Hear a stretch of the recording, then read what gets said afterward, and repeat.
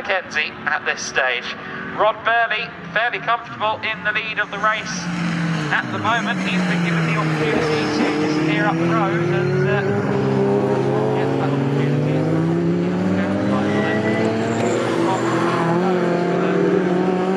Second half, 2 seconds in arrears over the chasing pack. Forum goes the Escort Gosford, lights ablaze. Same can be said, lights ablaze on the Evo 10, which hopefully isn't too wounded. Certainly was quite a hefty hit for Mackenzie. Nick Sutton will have the firepower over Gavin Dunn, but not as much as I thought actually. Sutton is a little bit quicker and he's very late on the brakes. Is he going to make the corner? He does. That was the last possible braking opportunity there for Nick Sutton. Great I move have booked the Friday before time attack here off. Yeah. Very impressed with Sutton there. I honestly thought he might have so far, a little. Every time I've done time attack this year, I've been working the day before. Yeah. No. And I've always turned up absolutely shattered. And after a week of work, it's always typically, I turn up to work, I'm like, I'm racing tomorrow, don't want to hurt myself. And I mean, so I'll end up dropping something on like my leg or my foot, and I'm like, great, now I've got a race tomorrow and my foot hurts. So I was like, you know what, this time I'm going to book the day off and make sure, you know, I'm well rested before it. Especially if I'm doing 2 days, because one day alone takes out of me. So I hate to think what I'm going to be like Sunday. So I say I'll take it easy, but I mean, Snetterton's the least demanding circuit because we're on the 200, so it's just a bunch of straights. Yeah.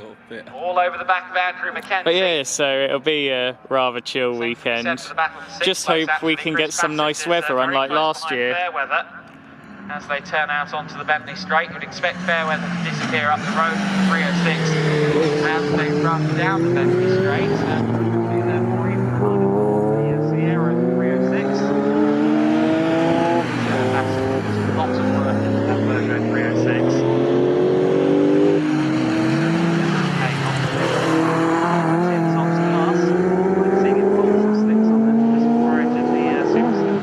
See how far he can get up the order with the slicks on it.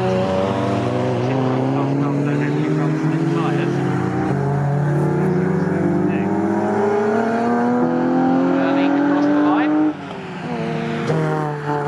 Advantage of 3.6 seconds over Sutton, and that is extending. So Burley with the pace advantage at the moment. Mackenzie through in 4th place with still a fairly tenuous hold on 4th position thanks to the advances of Ronan Bradley. Side by side further back between Martin Scott and Dave Charlton. Charlton in the number 98 Seat Leon. Scott in the BMW M3. Martin just about holds on to what is 8th place overall for the time being. Now Rod Burley is slowing, and Rod Burley is coming off the circuit. No. At Agostini, Rod Burley with an issue. Saw him gesticulating out of the car. It hates this circuit, doesn't it? Last year the wheel came off. Yeah. Going to come in, but what has happened to But that Rod car Burley, just seems to hate this shame. track. Every year. I'd like to see him out with them Fords, just see how he got on with that them. car and Rod himself. In qualifying, you could tell he weren't going for it after setting that blistering time for this lot. And the circuit was, you know, just heading back better in the Ford's qualifying session, so which is the opposite direction. He could have set a really good time. But maybe that's where the crew is, and he's just wanting them to take a look at it. But nonetheless, Rod Burley in stride. Shame to see. Let's hope he gets that car out for tomorrow's pair of qualified Ford races. What that does do is grant us a brilliant battle for the race lead between Sutton and Dunn. It's Evo 10 versus E36 BMW, and on that lap actually, Dunn managed to get back past. So Gavin Dunn has made it through into the lead in what was the battle for second place is now, of course, the fight for overall honours. Sutton again with the power advantage as they head down the centre straight, but he's not close enough for a move this time. Please don't prove me wrong. We will discriminate on the brakes in West into the back of Dunn. A lick of flame once again from the Evo. He's certainly got that on a flame. Gavin Dunn into the lead then ahead of Sutton. Mackenzie has been upgraded to third place, so Ronan Bradley and Gavin Dunn now fighting for what is third overall. Fairweather just came past us and his car sounded very rough. Unfortunately, I think Fairweather might be having some issues as well. Here comes Sutton, he senses an overall win. He looks to the outside at Agostini, but can't quite find a way around the outside of Gavin Dunn.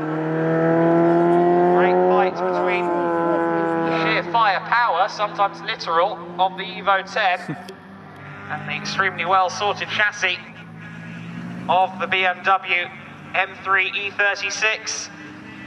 Sutton very close behind as they run through Oggies. And it's a move for third place overall, is it, from Ronan Bradley? He's looking around the outside of Oggies. Andrew Mackenzie just about holds on for the time being. That's an all BMW battle, the newer E46, the last of the naturally aspirated straight six BMW M3s up against its predecessor, the E36, the E46 in the hands of Andrew Mackenzie, the E36 Bradley third place. Fifth place overall, courtesy of the issues for Ron Burley, of course, is Chris Bassett. So Chris Bassett is up into fifth overall, still leading the Tintops class comfortably. Top two are coming through Coram, and there's been a change of position. I imagine that happened on the Bentley straight. Nick Sutton is the lead once more. So Sutton in the Evo 10, lights ablaze, leads this lap. Now Sutton, if I recall correctly, was wearing a yellow and black cross at Brands Hatch a few races ago. I seem to recall. He doesn't have much racing experience behind him. I think if he does take the win here, it may well be his first. That would be a major moment for Sutton, who is currently getting away. Gavin Dunn. In third place is Andrew Mackenzie in the 67 car. Fairweather comes across the line again, definitely sounding flat as that 74 Sierra, which is a big shame. But he continues to circulate in that car. Of course, this is the second and final race for these Southern Super Saloons and Tintops. So if cars have minor ailments, it's not unimaginable that the cars will continue on their way regardless, just so they get the most out of their track time, so long as the car isn't about to detonate. Just moving down a position and out of the podium spots in Tintops is the 87 car of Graham Richardson. He's just fallen behind Ken Angel in the 37 BMW. That 87 Civic of Richardson is coloured somewhat like the factory Cadillacs from Pirelli World Challenge in America circa about 15 years ago. That was intentional, and finally remembered to go up to them ahead of the day and ask the question, and they confirmed yes indeed. More a trick from the factory Cadillac program, a little bit mismatched on a Honda, I grant you, but a nice homage nonetheless.